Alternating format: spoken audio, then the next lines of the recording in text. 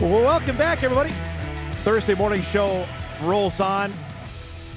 Our next guest, I bugged him before he went on vacation. I don't know if he got any rest on vacation, knowing a large decision was looming. And then I went on vacation. Of course, NDSU had to announce that they were going to opt in to the House settlement. And our last time we had Matt Larsen, I was really informative. And now I hope for people they can get just as much information out of him joining us back on the show. Bison Athletic Director joining us this morning with the news that came last Monday that NDSU decided to opt in. I believe, Matt, the number that Ross Dellinger from Yahoo Sports reported was 319 Division I schools decided to opt in. Is that number, was that higher than you thought when you were visiting with your colleagues about this?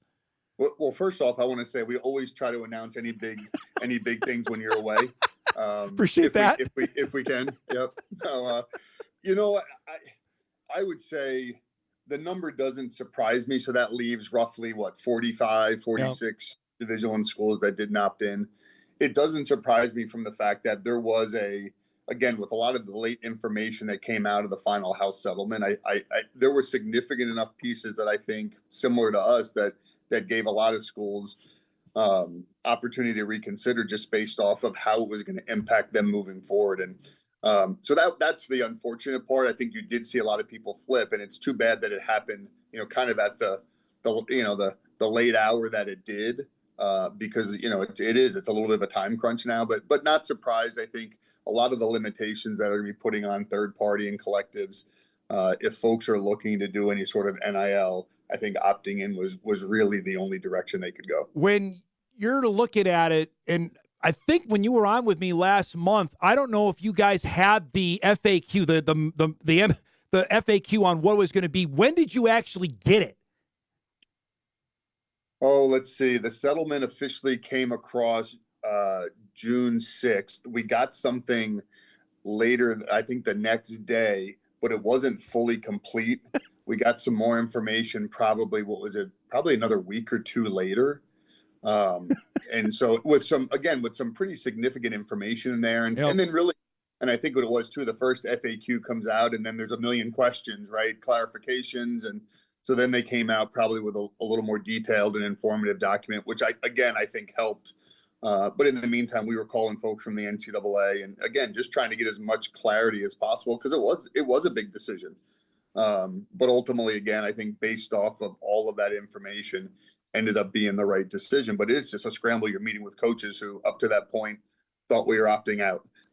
You're meeting with donors, you're meeting with folks across campus. So and again, you're also on vacation for 8 days. So trying to manage all that stuff, trying to get a new fund through Teammaker set up. So, I mean, all of those things, but like I said at the press conference last week, fortunate we have an unbelievable team here that does a really good job of understands kind of our direction and what we're looking to do. So we're able to kind of get it pulled off. So let's start with the designating of the student athletes. Is that something that you were giving your coaches a heads up? Like, if we're doing this, you need to have your athletes designated by such a date.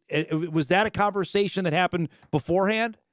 Yeah. So that was when I was on vacation. We started figuring, okay, this is most likely at that point, probably 80-90%, we're going to head in the direction of opting in. So I had asked some of our staff back here to meet with our head coaches, kind of educate them on where we think we were going. And then really more, I think it was 5 or 6 programs that we ended up having that have student athletes over what those new roster caps would be. So I had to designate student athletes. So met a lot with them about it, what it meant, how the conversations I have with student athletes, how it impacts them. So we had that. So we had a good probably 2 to 3 week kind of ramp up to be able to put that list together. And ultimately that had to be in last Sunday, July 6th. So got that in and good to go with that. So now that they are designated, can you describe, for people who don't understand what that means, can you just maybe the best way to describe why they had to be? Obviously, if not, then they would be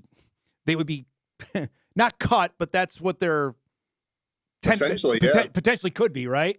Yeah. So the original terms of, or at least where the settlement was going, the original proposed terms were that there was going to be these hard roster caps moving forward.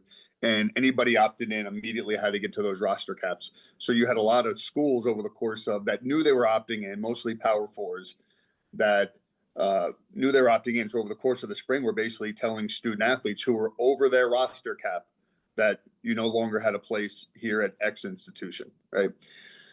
One of the biggest changes to when the settlement was finalized was schools could grandfather in student athletes that were over the cap for a particular sport. And so our case, football, for example, the new cap is 105. We have 128 roughly players on our roster of current NDSU students that are incoming for this fall. So we were essentially able to designate 23 student athletes that are on this protected list that we can keep here at NDSU above the 105 until they exhaust their eligibility, leave, graduate, etc. So I mean, in one way, it's really good for the student athletes. Again, they can finish out their career at the institution they chose, and it also gives our programs, our coaches, an opportunity. Okay, now we can start to phase in and get to that cap probably 3 to 4 years from now, once all of those designated student athletes have left NDSU. And when they do leave, Matt, whatever, if they transfer or they graduate, done, then those roster spots don't get filled, correct? That's part of chopping down to get to the 105 in football.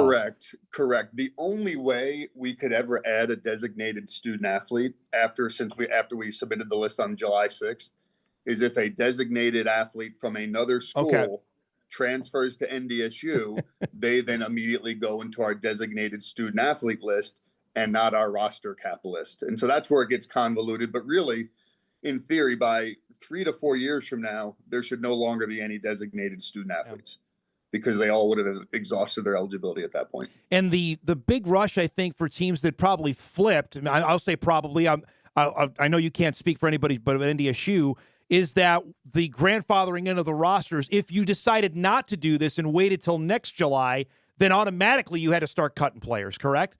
Correct. Yeah, I mean, if I waited till July 2nd to opt in, we would have had to get right to the roster caps. And so I think that was probably the bigger thing for a lot of schools, was knowing, because I think a lot that were initially going to opt out most likely probably were going to opt in year 2. Just wanted to see how things happened, a little more of a runway to get things in place. If you had to take NIL in-house, just give you a little more time, kind of read the tea leaves, see what everybody else is doing. But ultimately knew they were going to do it. But I think that when you could grandfather in and then you immediately had to get back to it if you did it a year later, I think that was probably the big decision for most of the schools that I talked to, and their reason for flipping to opting in. All right. Now, the big thing I wanted to ask on is collectives and the future of collectives. In the mid-major level, the ones that have them, do you see them still existing going forward? I don't. Well, at least I don't in the way that they've operated in the past. Okay. And the biggest change there was, and again, everybody, I don't want to say was guilty of it, because it makes it sound like they were doing something wrong. Yeah. It was an unregulated space, but basically it was a pass through to be able to get money to student athletes. And now the biggest change is there has to be a legitimate business reason for that. And it has to be through a business that is a for-profit business that sells goods or services to the public for profit. So basically, if a collective was just going to do something with a student athlete, it's going to get denied. Yeah. And so the viability of collectives, other than if you are truly managing real third-party relationships, which I think some schools are, they're going to have their collective do almost what we're hiring a Learfield NIL person to do, is manage those true third-party deals for student athletes. But the historical, what we've known collectives to be for the last 2.5 years, where they're just doing deals with student athletes directly, those will cease.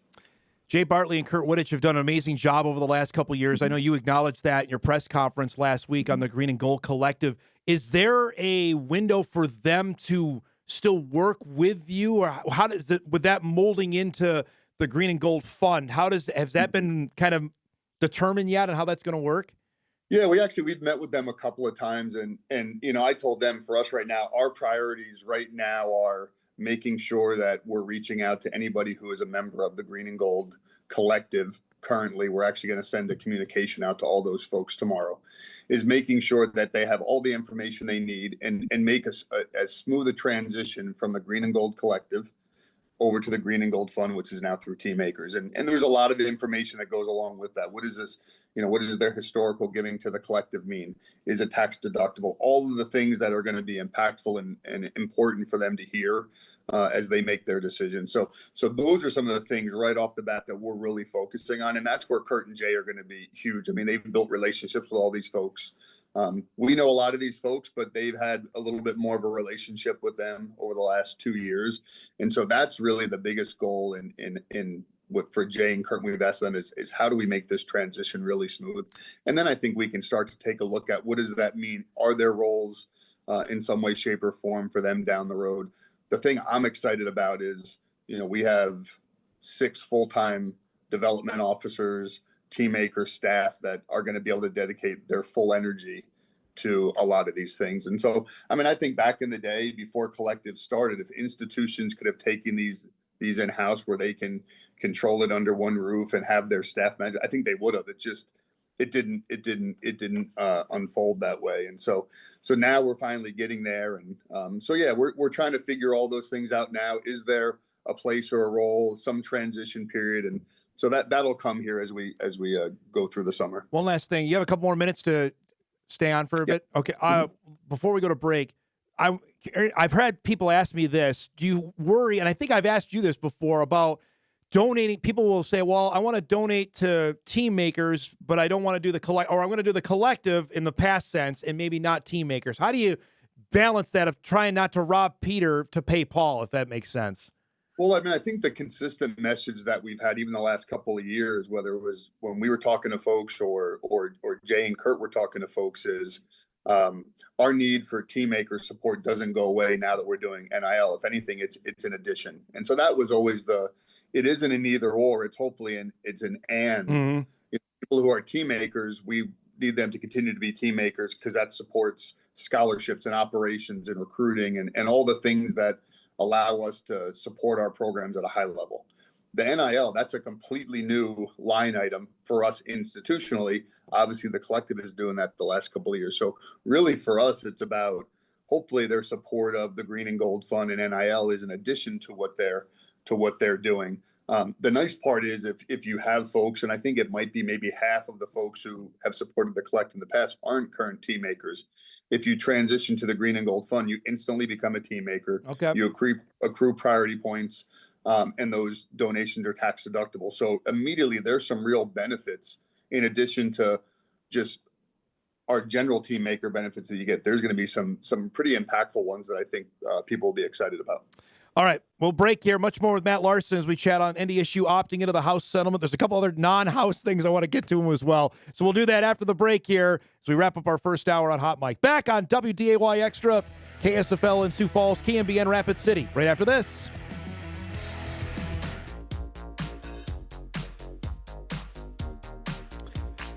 All right, welcome back, everybody. Wrapping up our first hour, back with Bison Athletic Director Matt Larsen, good enough to give us a few more minutes. I got an email. I want you to see if you can answer this. Under this new system, what does the future look like for players like Jake Cava that walk on and don't necessarily become draft picks but are significant contributors as seniors? Mm-hmm. Are those players now Division II players that transfer in later? Yeah, I mean, that's a good question. I mean, and that's what, when you look at our program and the value that we've had we've typically, I would say, again, across probably 5 or 6 sports, we've carried larger rosters than other schools. Yep. And I think we've seen the real benefit of that, whether it's depth, whether it's development, whether it's, to that conversation, walk-ons that come in, earn scholarships and go on and have a lot of success. So those are things that you do worry about a little bit. We will still have, we're not going to get to a point where we're fully scholarshiping 105. So we're going to have those walk-on opportunities, but just not as many as we've had in the past. And when you look at the one thing that I've really struggled with, and I think a lot of places have all along, is the roster cap. Yep. And again, I get why at the Power 4 level, they think that's important, but I think it takes, we've all talked about this, takes away opportunity. If you have a year where there's a huge rash of injuries in a program, and it sets you up for failure when you don't have the depth. So there's just a lot of pieces to it. So we'll still have those opportunities, but unfortunately not as many as we've had in the past. Matt, if you had a donor come in and say, and this is hypothetical, hey, I'd like to scholarship 12 more for football to get you to 75. Do you have to go then back to the donor and say, hey, we need 12 more then for women equivalencies? Is that how that would work? Well, it's interesting you say that, because we have a call with we have a Title IX lawyer that we work with every single year on Title IX compliance. And so those are all the questions that we're having now, because, how is institutional NIL governed through Title IX? Obviously, scholarships over the history of time have been governed under Title IX. So those are some of the things that we need, because I in some way I look at it as, I'm going to use round numbers. This is not, let's say we're going to use $100,000 and we're going to invest it in the softball program. And to me, if you give 100,000 NIL, or if you give 100,000 in scholarships, to me, you're investing $100,000 into that program. Should it matter per se? But that's where we need some clarity from our Title IX attorney, just to say, okay, hey, how do we manage this? So when our coaches come and say, you know what, I'd rather give this kid a scholarship, there's greater value for them there than giving him the same equivalent NIL. Well, we may or may not be able to do that based on our conversation later this afternoon. Do you foresee many FCS schools upping scholarship in football? I don't. Do you foresee that? Again, I look at it, let's say a school says we're gonna influx $500,000 into our football program. Right. So if I do 500,000 NIL, or I do 250 in scholarships and 250 in NIL, to me, it's the same impact. So you might see, to me, it comes down to is what's your total level of investment. So we could very much be playing a school that, let's say they're going to invest $250,000 in scholarships, and we're doing $500,000 in NIL. We're investing more. We're getting greater bang for our buck. So I think the way we've started to look at it is it's a pool of dollars, and how are you investing in your programs based on that pool, and how does that compare against your competitors? So and again, this is all evolved. If you would have said to me, a month ago, no, nobody's increasing scholarships, but in some ways, it may make more sense for some institutions to do it that way. At the end of the day, for us, it's about how are we investing in comparison to our competitors, whether it's scholarships or NIL or you name it. Two last things for you. I know Kolpak asked you this last week, but you got into this, I'm not going to try and date you here, 3 decades ago, that amateurism is done. It's done. Just give me your thoughts on that. Well, I it is in terms of this NIL piece, but when I walk the halls of NDSU, and the majority of our student athletes they're here to get an education.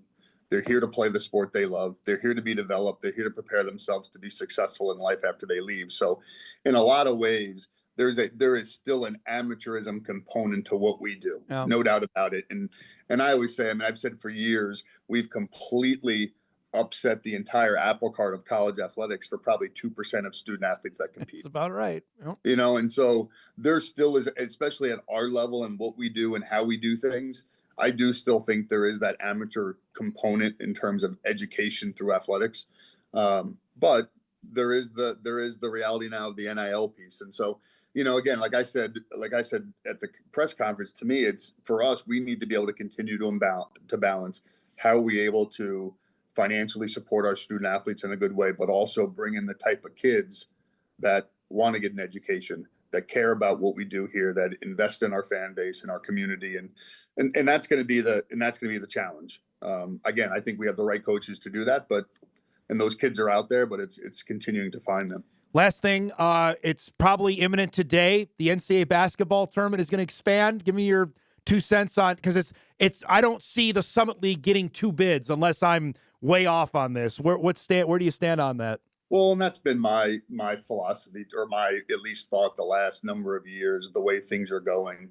And you've seen the amount of multi-bids for your non-power basketball leagues cease to exist. Diminish. Right? Totally. And you look at and I think those leagues have to start looking at what's our level of investment versus basically you're getting one bid. So the only thing I worry about, I mean, again, I like the idea. Originally, there was thoughts of, hey, do we get to 100 teams? Do we get to, basically, is it an all-comers tournament?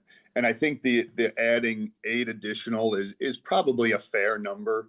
The challenge, I think, again, for leagues, mid-major leagues, is, are you essentially just relegated to one of those play-in weekends, right, or those play-in games? That's the part that you worry about and you get concerned about. And time will tell a little bit, especially with the new governance structure and how that impacts brackets and seeding and selections and those kinds of things. But that's what I think you worry about a little bit. But going up 8, I don't necessarily think it's a bad thing. It'll be more revenue to the NCAA, which then again trickle down more revenue to institutions. So there's some value there. And it's not a huge number that I think is going to make it too big. I will say the experience in Dayton was they love it. They do. I don't know how they can, but when we went, they made that a huge deal. And I don't know if people understand that just they know the tournament starts Thursday at 11 a.m., that it doesn't actually start Tuesday, but we got to see that up close, and they made it a huge deal when we were there. I agree, and I think that's the challenge. If you can find other locations that'll support it at that level, because I agree, that was a great experience. I mean, it was a great crowd. It was a fun experience. And at the end of the day, you play in one of those games, you win, you get a unit. Yep. You get a financial unit that comes back to the league. And so there is some value in playing a very winnable game. Now it's daunting the game after when you're going against a top NBA pick. But no, I agree. If they can mirror what's happened at Dayton at other locations, I mean, I think that could be a really positive experience. I know you've done a lot of talking on this. I really appreciate you giving us a few minutes here, and we'll talk soon, okay? Great, Dom. Appreciate it. Always good coming on. Matt Larsen joining us, NDSU Athletic Director, giving us the behind-the-scenes, the ins and outs on the Bison opting into the House settlement. There'll be more questions on this, and I know we'll get Matt on again as he gets the answers as it goes forward here over the next little bit. All right, we'll do for a break. We're caught up here. We'll start hour 2. Our guy Sam Getzinger will join us. We start our second hour. Also, Katie Shipman from Minot North about becoming the first Sentinel to be a Division I athlete. Back on our second hour of Hot Mic on this Thursday, we come back.